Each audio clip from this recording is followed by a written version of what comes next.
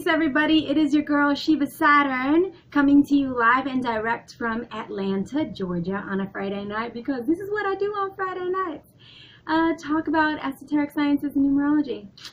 Yes, I know many of you can relate. My esoteric, mystical nerd family across the globe. I'm so glad that we have platforms like YouTube so we can nerd out with each other and talk to each other from our bedrooms. Yes. Anyway, so today we are going to be talking about the esoteric sciences, of course, because y'all know I'm obsessed with the topic. And I wanted to talk a little bit about a controversial topic in the schools of thought within numerology, and that is about master numbers. Okay, when we're coming to master numbers, for those of you who are a little bit new to the topic, we're so happy to have you here and happy to welcome you into our community. We're talking about, primarily, I'm talking about the 11, the 22, and the 33. I'm just going to review them very quickly. A quick Google search will let you know what it is, but we're here right now, and so I'm more than happy to talk about it. So the 11, a lot of people view that as the reincarnated teacher, one who is very concerned with principles of morality and justice, and in particular swift justice, fair justice, one who applies mercy when applicable and one who does not apply mercy when not applicable. Very contextual, sort of a leader in terms of, and a role model in terms of morality, responsibility, and objectivity. Okay, that is the 11. Again, the archetype of that would be the reincarnated teacher, a person who is enlightened, the enlightened being. And where do we get this information? It's a double octave of the 1, right? 11, 11. So the 1 itself is that initiator, that creative spark, that bold energy, the lone reed, the creative, confident energy, working at its higher level and a higher capacity. Working at a lower capacity, which sometimes, life is a rising and falling, right? An evolutionary pattern of rising and falling. So it's always to be expected that just because you may have a 1 or even an 11, and this is why you clicked on my video, it's not to say that you're always going to be bold and confident and creative, but it's to say that your highest iteration, your highest expression, when you're being productive and you're in the rise and not the fall, is going to be those characteristics: the creativity, the confidence, the sheer gusto to be able to make things happen. And when you're in the fall, you have to watch out for the exact opposite of those things. So that would be lacking creativity, lacking imagination, lacking confidence. And that is not who you are overall. That is just something that is temporary that you're experiencing in the fall. And then understand that, because if we understand the universal principles of the world in this dimension, then we know that we take this to be self-evident and true, which is this principle. And the principle is that life is an evolutionary path of rising and falling. So anytime you're in a fall, remember that it's going to rise. This is the nature of life. It's continually changing. And so the 11s have the ability to be able to conceptualize that and instill hope and moral righteousness and justice among wherever they are. These are often the teachers. These are often the artists who really work with inspiration. They're a channel for inspiration. That's their big superpower, the 11. And then you have the 22, and the 22 is a double octave of the 11. So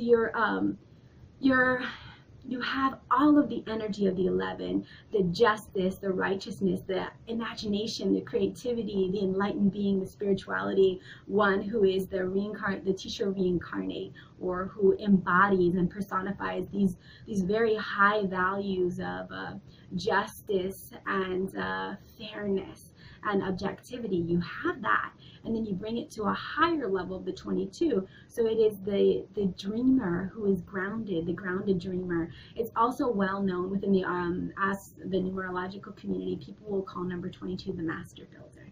And the reason why we call it the master builder is because if you consider this, 22, 2 plus 2 is 4. Now I know you don't reduce master numbers, but just bear with me here, okay? I'm breaking a cardinal rule here within the numerological community. Do not reduce master numbers. I get that, but just for the sake of the conversation, let's use 4 as an example to understand the 22 and the heightenedness of the 22. right? So we've used 11 to understand the heightness of the 22 because 11 plus 11 is 22. Now we can use the 4 to understand it because 2 plus 2 is 4. Okay, so 4 is one who is practical, and they really shine when it comes to procedures and implementation. I have a video on the number 4. So if you're curious about understanding that, you can go click on that video, right? So we're talking about policies, procedures, practicality, the 4, the shape of the square. So it's the building sense. I mean, you can build through programming, you can build through socializing with other people. 4 is also a very social number. So you have the practicality, the policies, the procedures, all of the P's, the powerful P's, the preparation, right?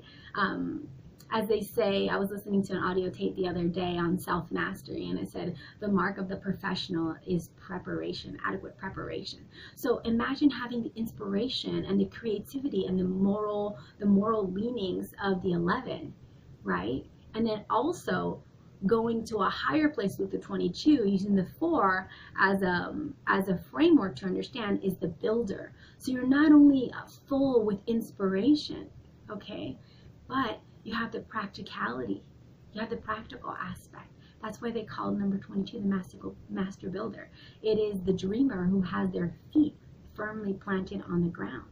It is the dreamer who is able to perceive reality and say, okay, I recognize that this is the way things are, but I don't want them to be that way. So I'm going to sit and make a plan. I'm going to sit and make a plan. So I'm going to do the meditating and I'm going to do the doing. It's the one who's very action oriented. Okay, I took a few notes here. I just want to make sure. The grounded dreamer is what I said, the master builder, the manifestor, one who's able to materialize whatever visions they have in their third eye and whatever visions they have in their heart. They're able to materialize it in this 4th dimension because they have the wit, the cleverness, the imagination, the creativity, and the practicality. Okay, they're realistic, but they're not weighed down by their realism. They know how to function in between. I don't know if you all follow billionaires or millionaires that inspire you, but I do, just because I'm completely fascinated by the person, not necessarily the currency or the money, although that's nice too, that these billionaires or millionaires have when I study them, but really the person that you have to become in order to manifest that kind of current. And a lot of, like, if you Google Will Smith and some of the videos that the advice that he gives to people, he says, you know, you don't want to be too realistic, because when you're too realistic, you're constantly functioning in that energetic body of what is versus what you want to make happen. So you want to be able to go between. And the 22s have a really wonderful, intuitive, natural grasp on that. And that's something that is developed with maturity and with time. They're able to perceive reality, and they're able to say, okay, I'm on step 1. I want to get to step 22. I want to create my own business. I want to create my own music production company, which is something that I'm interested in. I have creativity. I also am extremely practical, because I recognize that nothing can happen without respect for structure, policy, procedures, and discipline. To understand that we have to have a reverence for practicality, we have to have a reverence for logic, but I'm also very much dream oriented. Right, I have very vivid dreams, and for those of you who are 11s or 22s or have that in anywhere in your numerological chart, pay attention to it and try to harness that as much as possible. If you have the 11, the 22, or the 33 in your birthday, if you have, as I do, in your path of destiny, in your outer personality, in your soul number, in your life path number, in any capacity in your chart, you really want to pay attention to that, because that's gives you an inkling into what your path will be and the tools that you have to use to get to where you really want to go. Not where society tells you you should be, but in your heart. You know, that message that you have in your heart that keeps you up at night? Maybe you try to fit in, you try to conform, but there's just something in your heart that you say, you know what, I want to do this. I was born to do. Don't think that you're silly. Make a plan and make that happen. And the 22 is the master builder. It's all about that plan, okay? And then we have master number 33. Master number 33 is very Venusian energy. It's considered Christ consciousness. And it's considered Christ consciousness because it's one who's ready and willing to sacrifice for humanity. Is ready and willing to give their very breath and the very shirt off their back, and one who's able to love That's their power. Very loving, loving people. Again, the 33 is Christ consciousness, because I believe that in the history of Jesus Christ as a historical figure. I'm not going to get into the debate about religion or this or that and the other, because that's just not applicable or helpful in this conversation, and it doesn't move the conversation forward. It's just not effective, so I'm not going to get into that. But I will say that viewing Jesus from a historical perspective, we know that he reached his height of his destiny at age 33. So if you view Jesus from a historical perspective, Jesus Christ from a historical perspective, as all of the qualities of him, that's the 33. So one who is ready and willing to sacrifice for humanity, one who is completely non-judgmental. As we know, Jesus, his crew was like pretty tough. He rolled with people who were shunned from society. He was completely willing to heal and touch people who were seen as untouchable or who were seen as disease-ridden. You know, he had a pretty tough crew there. People were seen as being on the fringes of society. So the 33 has that wonderful Venusian quality of truly valuing and putting up on a pedestal above all other values brotherly love, completely non-judgmental. The true humanitarian, very Christ-like, Christ consciousness. So we have the 11, we have the 22, we have the 33. There's more that we can talk about in terms of, you know, the other octaves of the 44 and what have you. But I really wanted to unpack why are some people so tipped about this? I mean, I have read some numerological books who don't even acknowledge the existence of the master number. That say, oh, I don't believe in that. Well, hold on. We're scientists here. It's not about what you believe in. You have to go back, do your research, look at the ancient texts. The ancient texts do recognize and acknowledge and speak of these master numbers. Writing about this and meditating about this and observing objectively what the resistance is, you know, who are these people that are so resistant? You know, who are these people that are in these schools of thought that refuse to acknowledge the existence of master numbers, that refuse to acknowledge the sages and the leaders of thought and the experts of thought within our field of study of numerological science, and say that the master numbers don't exist, that they only serve to divide and not unite, you know, us within the human experience. I'd really ask you to delve a little deeper into your psychology and consider why you are resistant. Is it because you have embedded within your resistance this false belief that you are somehow prohibited or precluded from developing is it because that you falsely believe, embedded within that thought, is there a false belief that if you are not a master number, you are somehow prohibited or precluded in any way, shape, or form, and in every way, shape, or form, from attaining spiritual calmness and spiritual relaxation and enlightenment? No, because you are not a master number does not mean that that you are prohibited or precluded from attaining self-mastery. No, no, no. Just no. No. Let me say it again. No. No, this entire human experience is about learning to love ourselves and develop self-mastery, okay? That's number one. I have two other thoughts for you, then I'm going to get to the Tao. Bye. Okay, number two. Some people believe, oh, you know what, by being sort of evangelistic or being zealots or being super, you know, obsessive about, you know, master numbers, because there are some people that get really obsessive and they're like, I want to be a master number, because somehow they think that that's a better reality. Let me tell you, it's very difficult. That'll get into number three. But number two, okay, sometimes when people find out, sometimes when you have newer students or just people who are somewhat immature and don't use the esoteric or mystical sciences to help develop more compassion from themselves and other people, but they use this as sort of a way to manipulate, which is horrible. And like, if you're doing this, get the fuck out. Like, it's not going to end well for you. Let me just say that, okay? The whole reason why we study the mystical sciences and the esoteric sciences is to grow ourselves, to be more compassionate toward ourselves and other people. Okay, so it's supposed to be the opposites of becoming arrogant, and the opposite of being this like weird evangelist for numerology and trying to like figure people out. Okay, again, numerology doesn't predict behavior, so joke's on you if you're trying to use this in this weird contorted way to mold the people around you or to manipulate people. Okay, that's not the purpose of this. Okay, just know.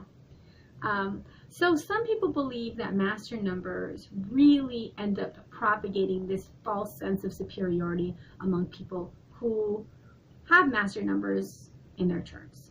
Okay, again, we have to really go back to what are the core values that we're cultivating among ourselves in our community, in our esoteric community. We have to really acknowledge that no human life is better or more valuable than another. If we really hold to that core belief that no human life is more valuable than another, and that we each are uniquely made, and that we each have our own life purpose that's not comparable, right? We each have our own beauty, we each have our own struggles, and while we can relate to one another, the path is unique. I mean, we're here to learn from one another. You know, there are certain patterns of life, and that's what the esoteric sciences reveal. They reveal, you know, the patterns of life and universal principles from which to expect. It's sort of like you're walking on a path and you have this knowledge, this knapsack of knowledge of understanding life and the inner workings of life and your own inner workings, okay? And it helps you move along. That's the purpose of the esoteric sciences, to develop compassion for ourselves and be a little bit more strategic about the way that we move for ourselves. We're not supposed to be using the esoteric sciences to be self-congratulatory, guys, okay? And if you're a master number and you're doing that, you know better. You know better. This science should not be used to have to self-mythologize and to mythologize yourself as being a demigod or a god. I mean, you can conceptualize your identity however you want. You want to say you're a god, you're a goddess, you're a demigod, you're this, you're that. That's fine, but it doesn't mean that you're better than anybody else. And so let's just squash that right away. If you're a master number and you're walking around with this like weird superiority complex, you're so far from where you need to be. I love you. I have compassion for you. Come on back. No, you're not better than anybody else. I know. I'm a master number. I have all 3 master numbers in my chart. Do you know what this means? Yeah, it means that you probably have a really challenging life. And I'm so happy that you found numerology or astrology, because that's difficult. It's difficult to have so many master numbers in your charts because you're always vibrating in a manner that is quite unique to most of the people around you. And you have to really get a handle on it, okay? So let's not use master numbers to self-mythologize, to be self-righteous, to have a superiority complex, to self-aggrandize. Let's just not do that, okay? So if you're doing it, just laugh about it and stop. Just stop. Okay, one other thing that I wanted to say is that energetically, we're all children of the source.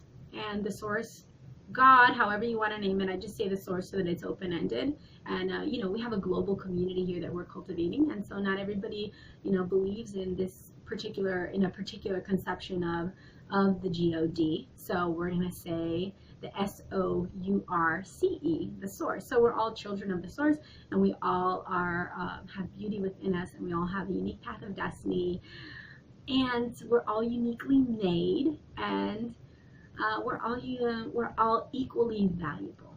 Okay, we're all of the source. Okay, we all carry divine essence, each and every one of us, even the people that you don't like. I know it's true. You can't just apply the principles when it is reflective of something positive that makes you happy. Everybody has divine essence in them. Everybody, even the haters. Yeah. Okay. So this other thing that this other idea that I came up with is I just really want to acknowledge to those of you who do not have master numbers in your charts, that's completely okay. It doesn't prohibit you from being a master in your own right. Okay, each number has a high capacity and a high vibration that can be reached. For those of you who do have master numbers in your charts, I want to say that I feel for you, because having master number in your chart is challenging in a way that's very different, and it's not better or worse. It's just very different. And sometimes and we're all unique, again, that's to be acknowledged, but sometimes when you function from a degree, or you function from an energetic body that is so different, it can seem very isolating, and you can to start to become, desperate, or have feelings of desperation, be in despair, because, like one of the actions that I've observed with the master numbers is that master numbers can vacillate in between extroverted and introverted, needing extreme isolation and then wanting to be social, because their work is really with the public, because they have such a strong vibration that they really need to be able to pass that vibe on to other people. But now with the internet, we can just stay on our room on Friday nights and be nerds and talk about numerology and still get to know, reach our moral obligation as master numbers. Okay, so a couple notes here. The master numbers are subject to a pressure cooker effect. And if you have people who have master numbers in their lives, in their charts, if their birthday, again, any of the expressions, their soul number, their life path, their outer personality number, their name vibrates to an 11, a 22, or a 33, just try to really understand that they have a psychology and a diverse emotional palette, and a unique psychology. Unique is not the right word. A psychology that vacillates, because the master numbers are subject to the pressure cooker effect. They're channelers. They have a very strong sense of, they feel like they need to heal the world. They feel like they need to save the world, and they feel like they need to save everybody in their lives. They feel like they're the problem solvers.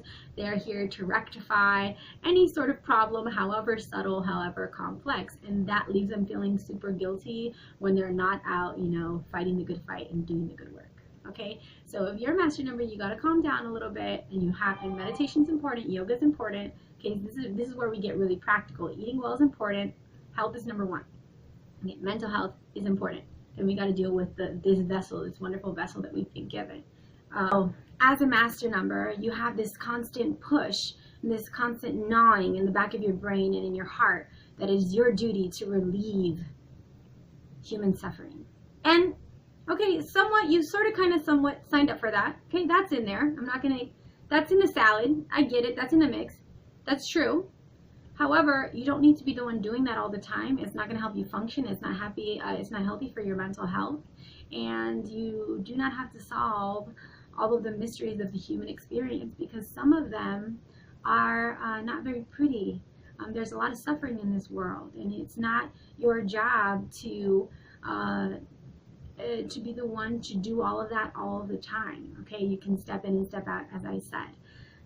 Let's see, you require rest and solitude because your true work is working in a global capacity or a very diverse capacity with the public in some way, providing healing, providing insight, providing hope, providing brotherly love, providing, the master builder, providing practicality, creativity, or number 11, providing insight, artistic concepts, spiritual concepts, inspiration. Okay, you got to rest. And you just got to take it day by day. It is rewarding to be within this archetype of the master number. It also takes time, so be really loving and be really tender and patient with yourself. I know that sounds like a crock of shit, but it really does help. I'm living proof. I suffered from anorexia nervosa, then I suffered from bulimia nervosa, binge eating disorder, really low self-esteem. I was able to get myself healthy, but it took me about 15 years, okay? So don't ever give up on yourself. Things take time. And never measure yourself in accordance with societal standards, particularly if it just feels fundamentally off in your body. Hey y'all, what's up? Did you like the video? Let me know in the comments below. Let me know another topic that you'd like me to cover, and I'd love to do that for y'all. Also, make sure to click subscribe so you can keep up with me. Much love. Have a wonderful week.